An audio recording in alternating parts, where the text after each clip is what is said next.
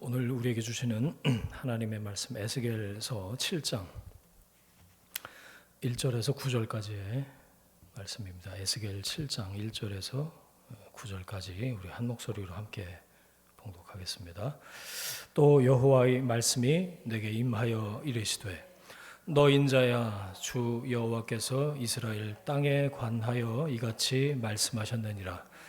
끝났도다. 이 땅 사방의 일이 끝났도다. 이제는 내게 끝이 이르렀나니 내가 내 진노를 내게 나타내어 내 행위를 심판하고 내 모든 가증한 일을 보응하리라.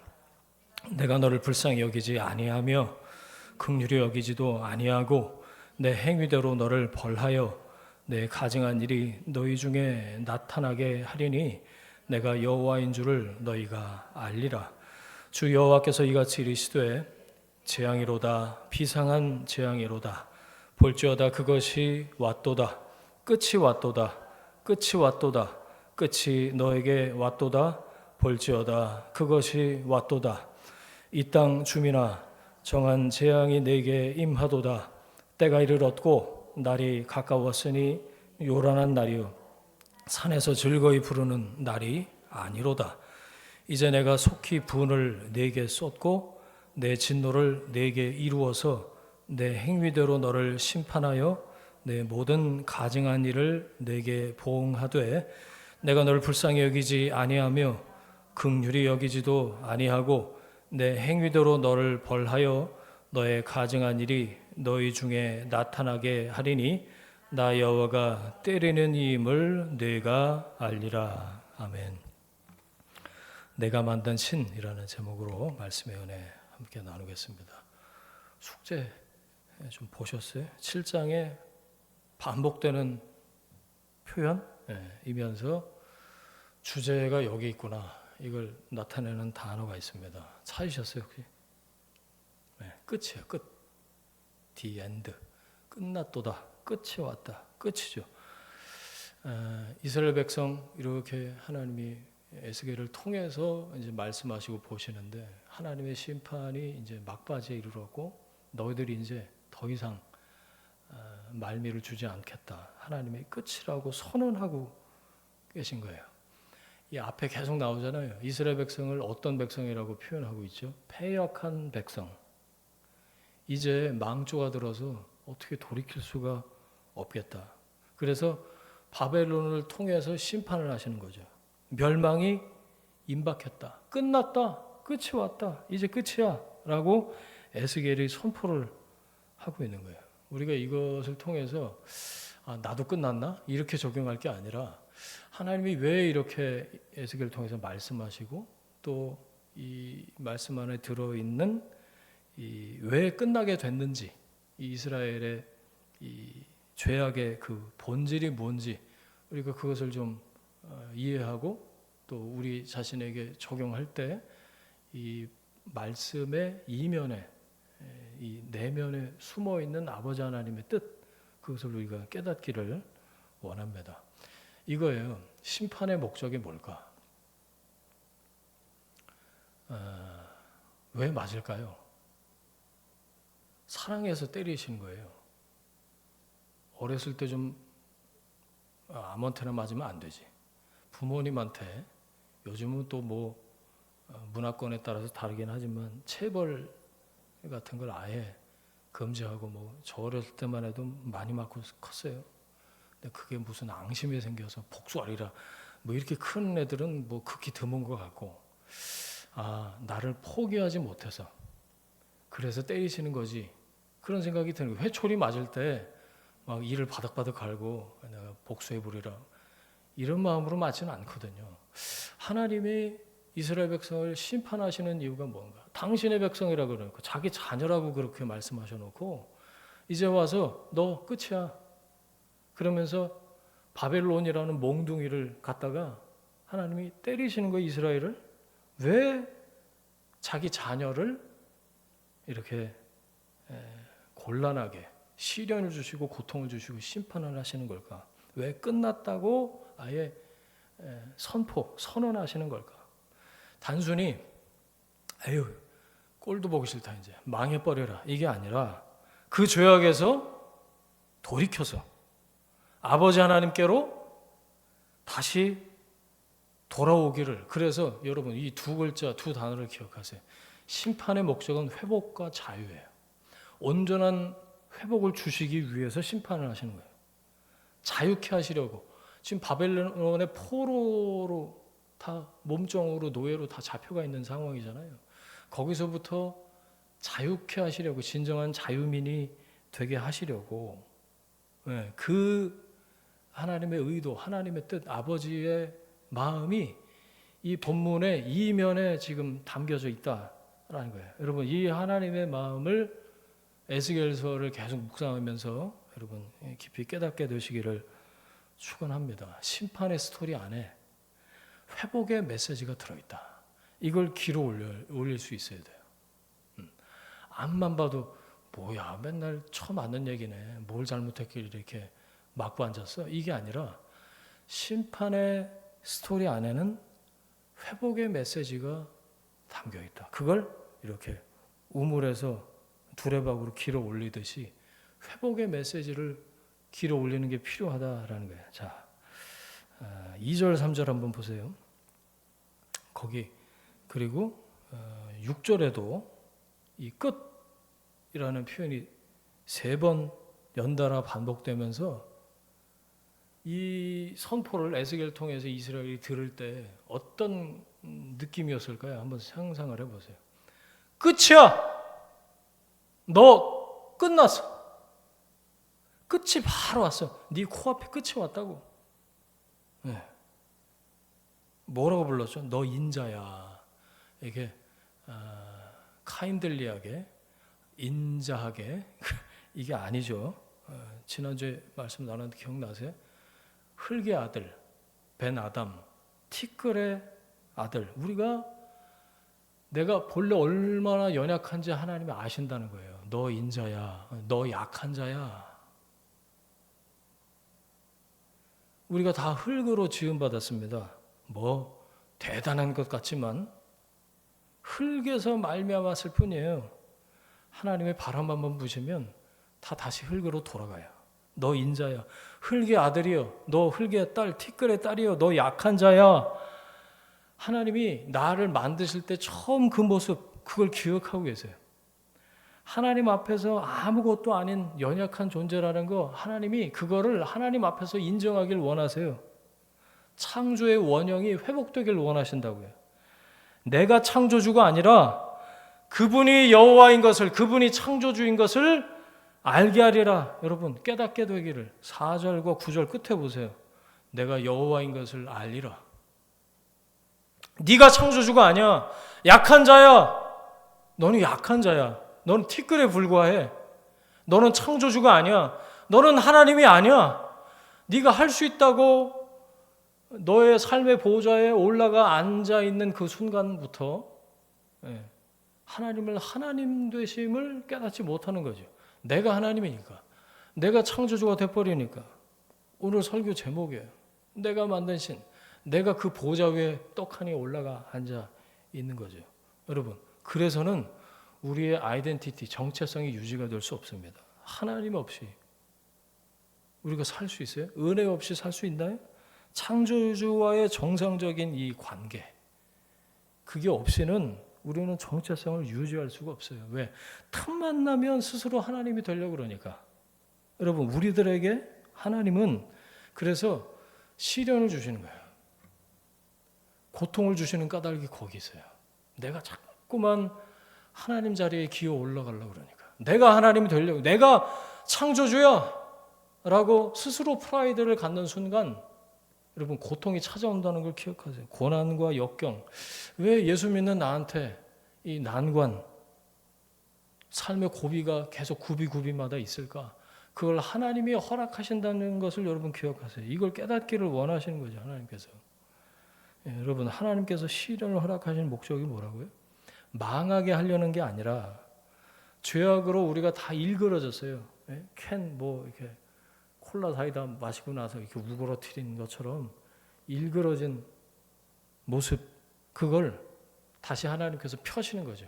깨뜨리시고 낮추셔서 다듬고 깨끗하게 해서 창조된 원래의 모습으로 회복시키시려고 그 과정을 건너가게 지나가게 하신 거죠. 여러분 기억하세요. 우리 삶의 도처에 숨어있는 이 깔딱고개들은 깔딱고개 이 군대에서 이제 행군하고 언덕 산을 넘을 때 깔딱깔딱하면서 저기만 넘으면 돼. 이 중대장이 거짓말을 쳐요.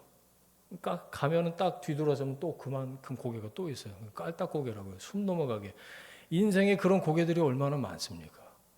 아, 요것만 지나면 좀 숨도 돌릴 수 있겠고 그나마 좀 살 수 있겠지. 올라섰는데 딱 180도 턴하니까 그것보다 경사가 더 심한 고개들이 버티고 있어요. 시련과 고통이죠.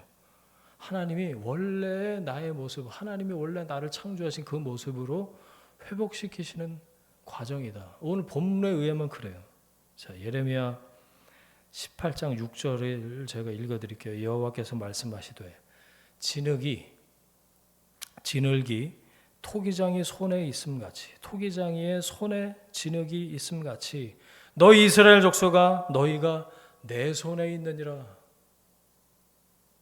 예레미야에게 하나님이 주신 말씀이에요. 너희가 토기장이인 내 손에 있는 진흙이야. 아까 찬양했어요. 주는 토기장이 나는 진흙 날 빚으소서. 하나님 손에 맡기겠다는 거 아니에요. 여러분 우리가 주님 손에 있습니다. 우리가 주님 손에 있어요. 이 도자기가 원형을 이 토기장이 도예가가 갖고 있는 그 아이디어란 그 형태를 잃고 깨졌을 때 토기장은 그걸 절대 버리지 않는데요. 다시 모아서 불에 넣거나 재료로 해서 흙으로 다시 반죽을 해서 새로운 작품을 빚어내는 거죠. 여러분 끝이 아니에요. 깨어짐이 끝이 아니라고요. 더 아름다운 옷으로 빚어가시는 과정인 줄 믿으시길 바랍니다.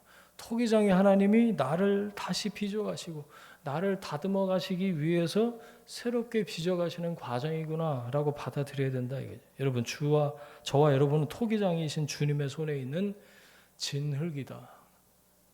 주는 토기장이 나는 진흙.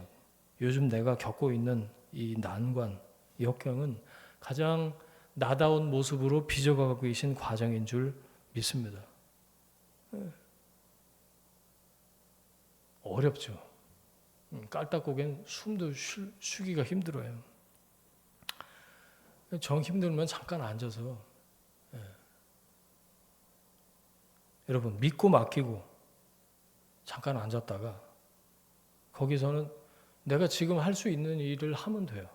그러면 주님께서는 주님이 하실 일을 하시겠죠. 지금 내 삶에 필요한 과정을 지나가도록 통과하도록 인도하실 줄 믿습니다. 그렇게 빚어가시는 거예요.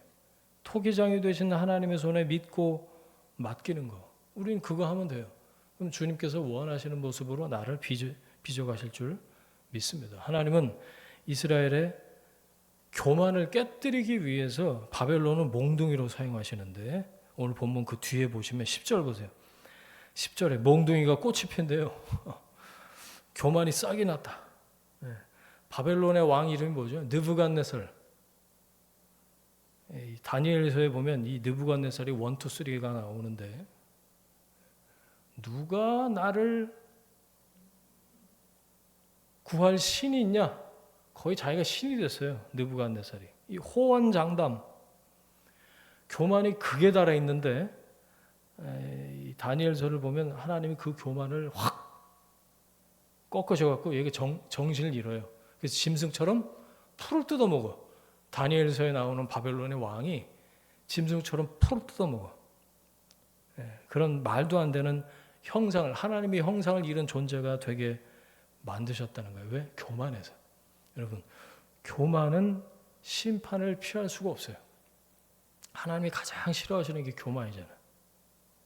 이스라엘 역시 자신들의 힘과 지혜를 의지하면서 하나님을 등졌을 때 에덴을 등지고 하나님을 등지고 하나님께로부터 돌아서서 반대편으로 가면 갈수록 교만해지는 거예요. 그래서 내가 창조주야, 내가 신이야. 예, 바벨론의 느부갓네살처럼. 여러분, 그래서 우리 삶에 불현듯 다가온 고통, 또 하나가 있는데, 어떤 교만이 싹트고 있나, 이걸 보여주는 거울이라고 볼 수 있어요. 이렇게 거울 하루에 몇 번 보세요? 아침에 저는 자세하게 한번 보고 그 다음에 뭐 볼 일이 별로 없는데, 고통이 거울이라는 거예요. 내 안에 교만이 어디선가 싹트고 있나, 이걸 보여주는 거울이다. 성경에 시험이라고 다 퉁쳐서 번역이 되어 있는데, 세 가지, 성경에 나오는 시험이 영어 표현으로 하면 세 가지죠. 첫 번째가 테스트예요. 하나님이 주어가 되셔서 하나님이 개입하셔서 그야말로 시험 보는 거예요. 이거 통과하면 그 다음 그레이드로 업그레이드가 되는, 이게 이 성경에 나오는 첫 번째 시험, 테스트고, 두 번째는 이제 사단이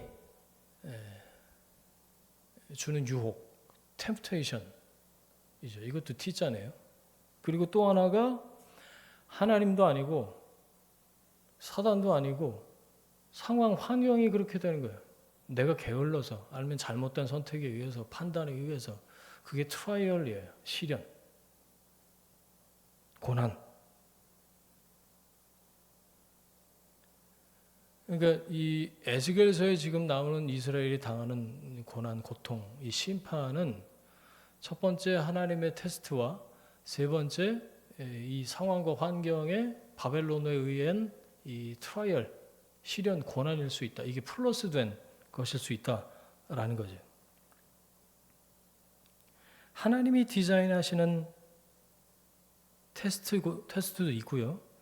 사단의 템테이션도 있을 수 있는데, 그거 말고 우리 삶에 갑작스럽게 다가오는 시련과 고통, 역경이 있다는 거예요. 이 시련 가운데 있을 때 우리는 내 안에서 스멀스멀 어디선가 싹트고 있는 교만을 발견할 수 있어야 돼요. 지금 저희 집 베란다에 고추 모종 2개하고 방울토마토 3개인가? 벌써 2번째예요. 저기 몇 주 전에 주일날 끝나고 집에 가다가 민자매 내려주고 거기서 모종 사다가 안 자라. 그리고 뭐가 자라는 줄 아세요? 깜짝 놀라서 어느 아침 보니까 버섯이 자라고 있더라고. 아니, 자라라는 방울토마토는 요 손톱만하게 뭐가 희끄무리하게 맺혔는데 얘가 언제 크나 그러고 있는. 아니, 그건 안 자라고 버섯. 깜짝 놀라서 그래서 모종삽으로 해갖고 그냥 버렸는데, 그런 거죠. 이 시련을 통해서 우리가 싹트고 있는 교만을 발견하지 못하면 그게 어느새 제대로 자라야 될 열매들을 잠식하게 된다는 겁니다. 내가 하나님 자리에 자꾸 올라가 있어서 겪는 시련이 있어요. 내가 교만했기 때문에 겪게 되는 고통과 고난이 있다고요. 하나님이 그걸 두고 보시지 않으세요. 왜? 사랑하시니까. 내가 교만해서 꺾이는 거 아버지께서 그냥 두고 보실까요? 아니요. 그래서 오는 시련과 고통이 있을 수 있다는 거예요. 여러분, 하나님이 사랑하셔요. 그래서 회복시키기를 원하시는 거고, 깨닫기를, 돌이키기를 원하시는 거죠. 등산 좋아하세요? 한여름에 등산 얘기가 좀 적절하지 않은 것 같은데, 저는 등산 그러면 뭐 제대로 해본 적도 없지만, 저처럼 산책하듯이 뭐 설렁설렁 하는 거, 그런 거 말고 꼭 꼭대기를, 정상을 밟아야 직성이 풀리는 그런 사람들이 있더라고요. 자연은 정복의 대상이 아닙니다. 자연을 어떻게 정복을 해? 어마어마한 그 산을 어떻게 정복을 합니까? 저는 그래요. 오를 수 있을 만큼 가서 즐기고 누리고 그러면 되는 거지. 그래서 겸손하게 그 산을 위해서 이제 등산로, 지도를 잘 살피고 다른 사람의 조언에도 귀를 잘 기울이고 그래야 안전하게 올라갔다가 내려올 수가 있는 거잖아요. 그런데 이 꼭대기를 밟아야 이 직성이 풀리는 사람들 중에 자기 경험, 자기 체력 이거를 과신한 거죠. 한마디로 이제 교만한 겁니다. 그러다가 길을 잃고 조난당하는 경우 종종 봤어요. 교만이 그렇게 우리를 인생길에서 위험에 빠뜨리고 길을 잃게 만든다. 예. 여러분 뭘 따라 살아야겠습니까? 이거 그냥 사는 게 아니잖아요. 그냥 밥만 먹고 삽니까? 인생에 여러분 지도가 뭐예요? 다행히도 믿는 우리에게 하나님께서 말씀이라는 실시간 지도, 내비게이션을 주셨어요. 예. 이 성경은 그냥 책이 아니고요.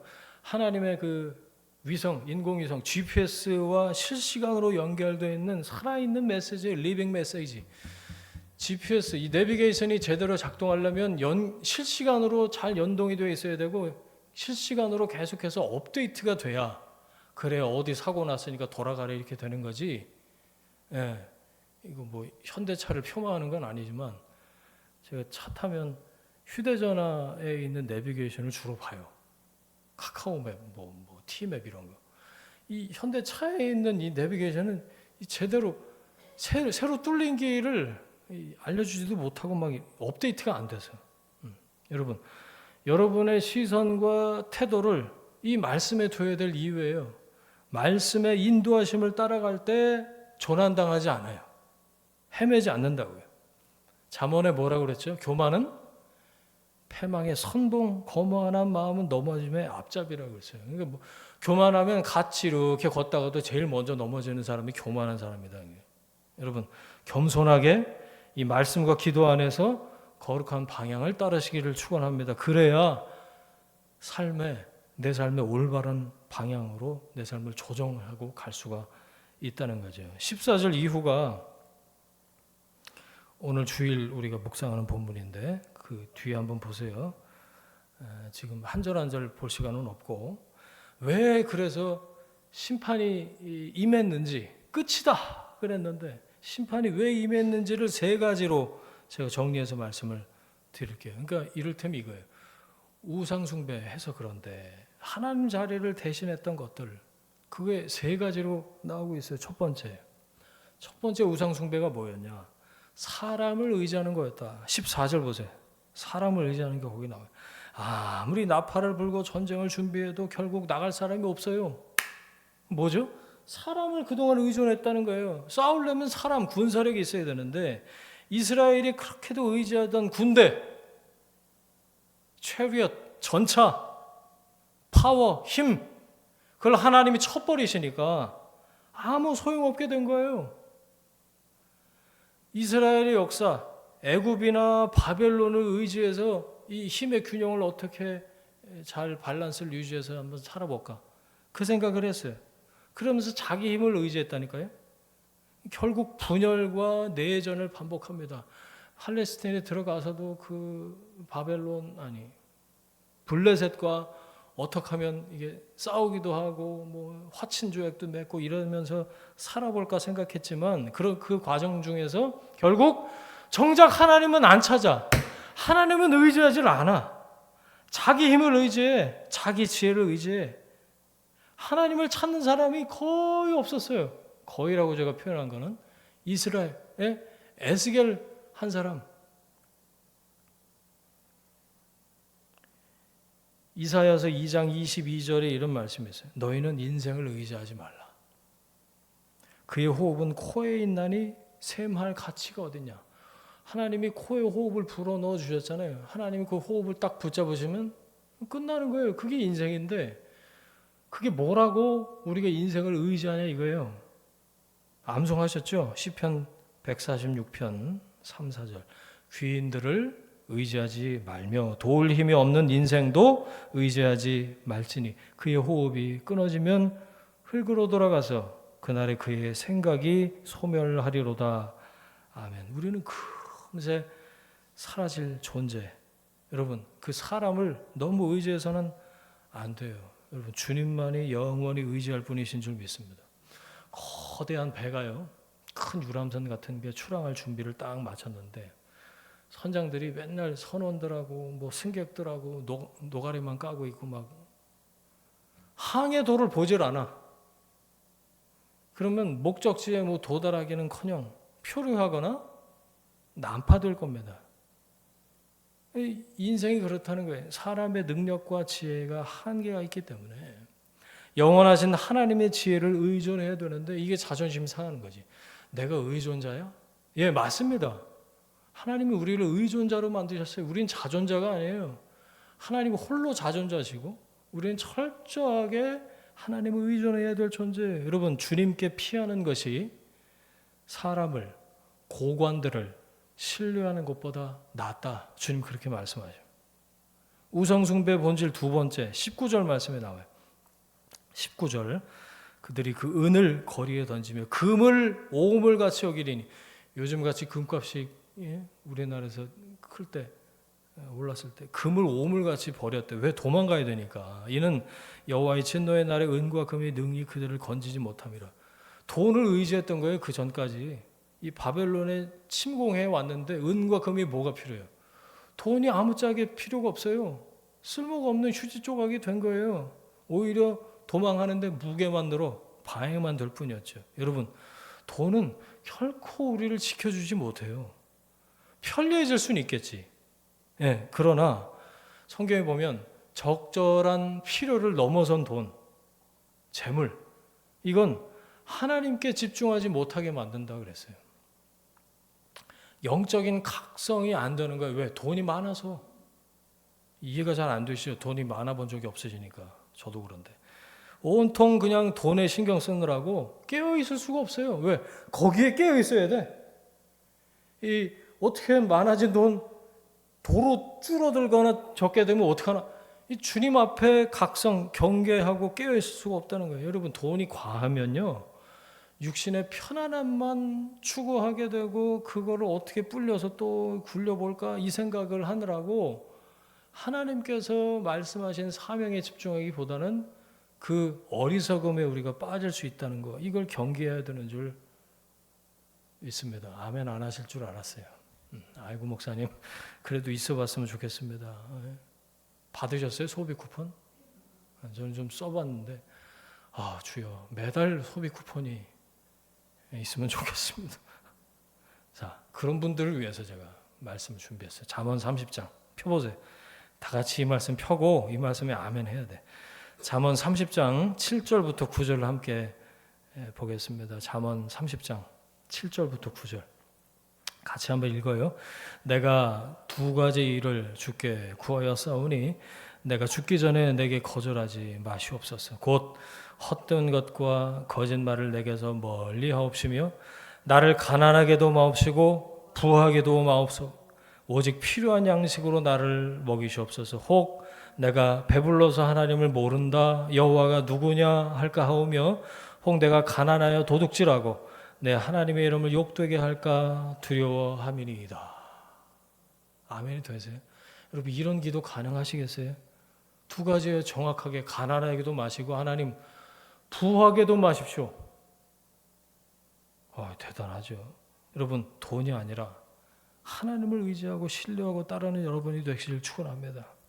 우상숭배의 본질 세 번째, 눈에 보이는 것을 의지했는데 성전을 우상으로 여겼어요. 여러분, 성전도 우상이 될 수 있다는 거, 이게 놀랍지 않습니까? 눈에 보이는 성전, 예루살렘 성전을 지나치게 신성시해서 예루살렘의 그 산 꼭대기에 저 성전만 있으면, 성전 안에 언약궤만 있으면 승리는 따놓은 당상인 줄 알았다고요.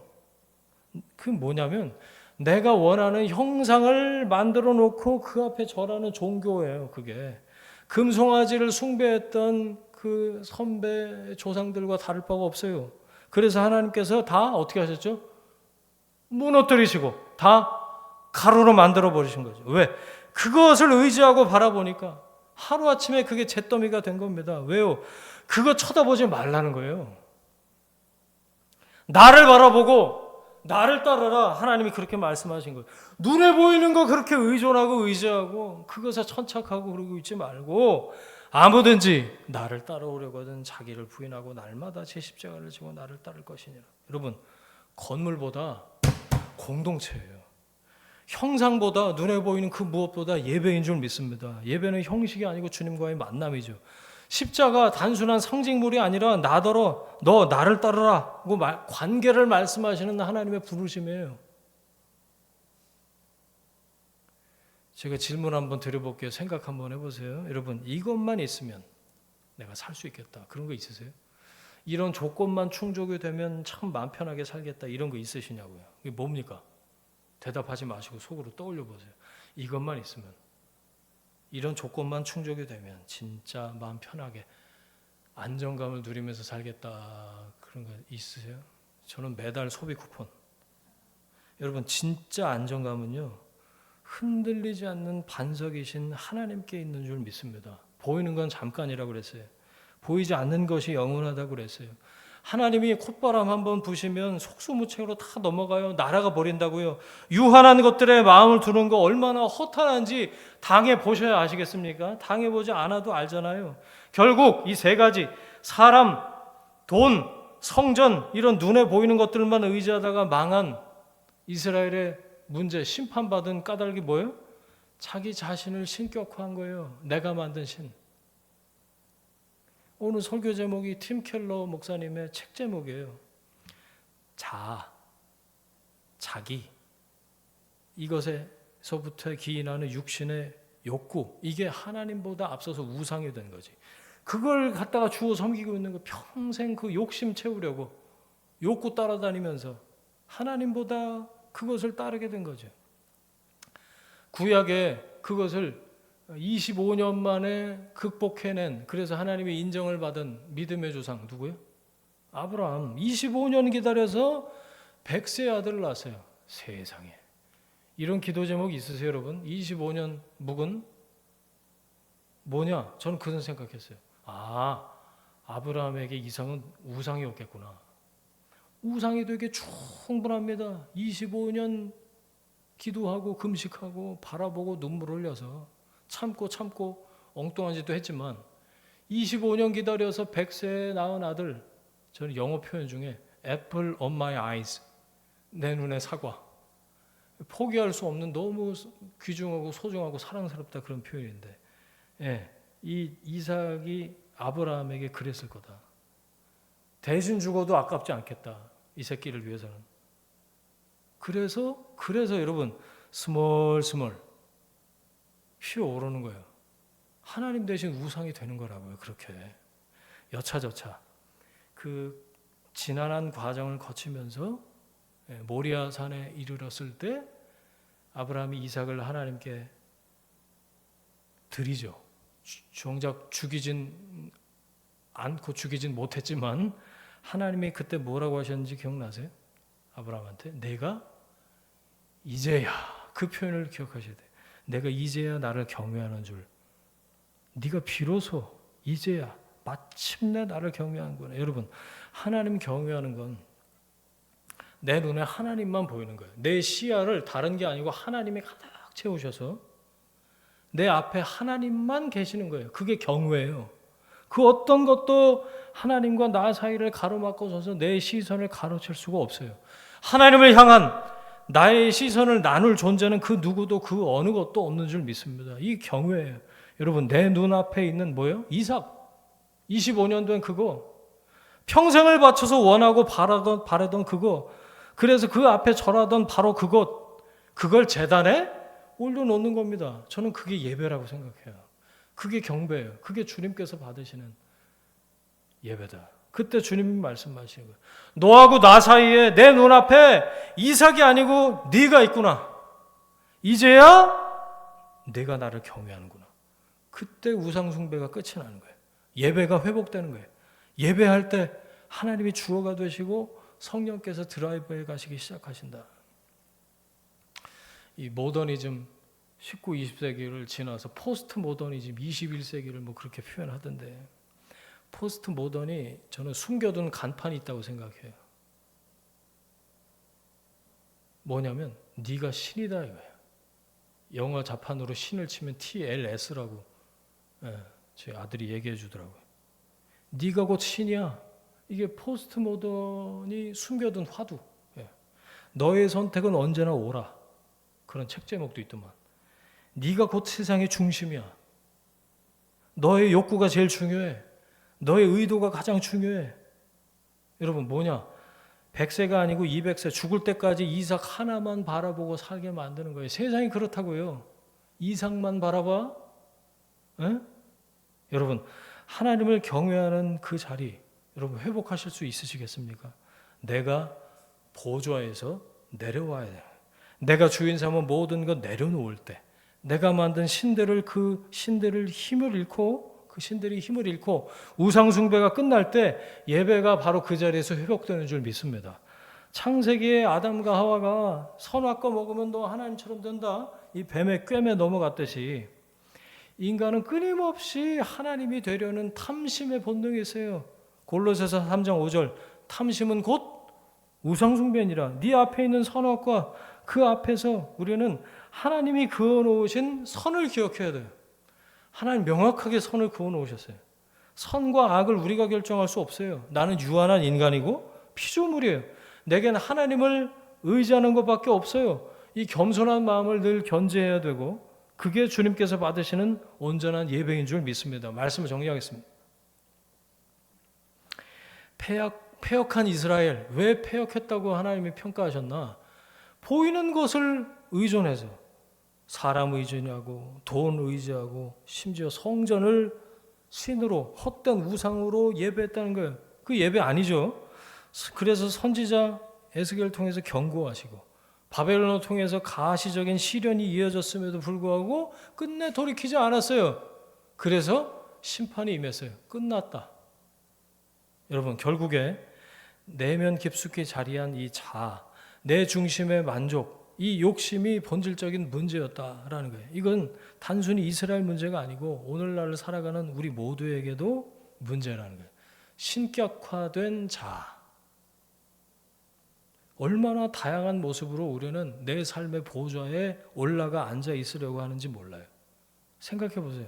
여러분 하나님께서 그래서 시련을 주시는 목적은 깨뜨려 버리고 엎어지게 만들고 망하게 하시려는 것이 아니라고 말씀드렸죠. 오히려 그 시련을 통해서 우리 안에 있는 우상, 신격화된 자아를 분별하도록 하나님께서 그렇게 이끄시는 거고, 고통 중에 정신 번쩍 차리고 다시 하나님 앞에 깨어있게 하나님 그렇게 하시는 거고, 거짓 신들이 그것들이 우리를 노예로 만든다니까요.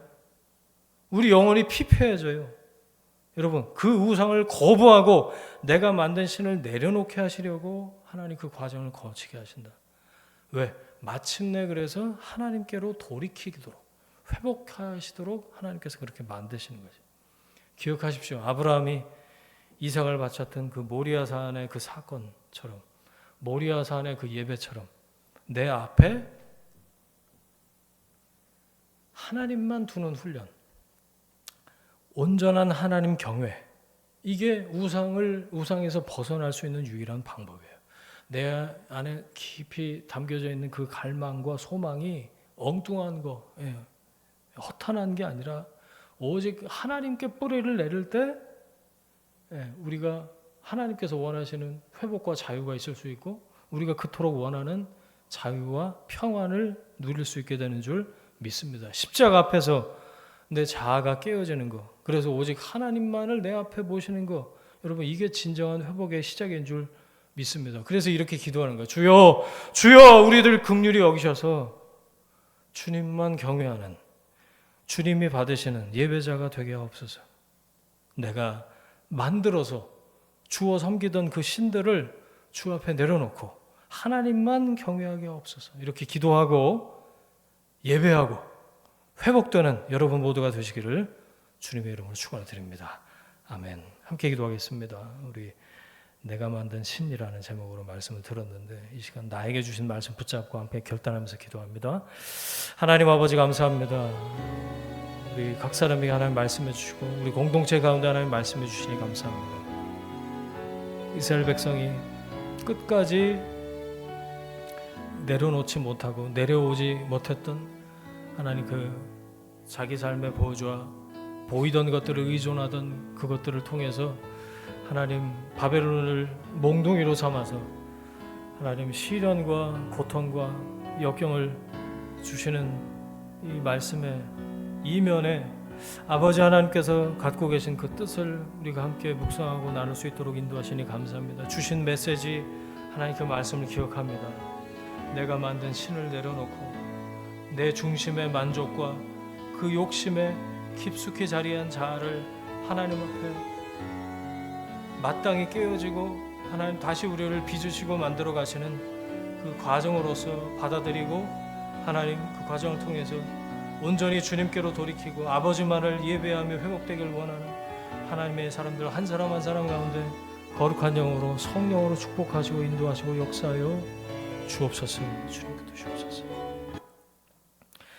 이제는 우리의 주인 되신 예수 그리스도의 은혜와 하나님 아버지의 충만하신 사랑과 성령님의 동행하심이 내가 만든 신을 주님 앞에서 내려놓고 그것들을 뒤로 하고 사랑하는 아버지께서 인도하시는 그 방향으로 돌이키길 원하는, 그래서 주님만을 예배하고 회복되기를 원하는 하나님의 사람들 위해 그들의 일터와 가정과 자녀들 위해 지금부터 영원까지 함께 하시기를 간절히 축원하옵나이다.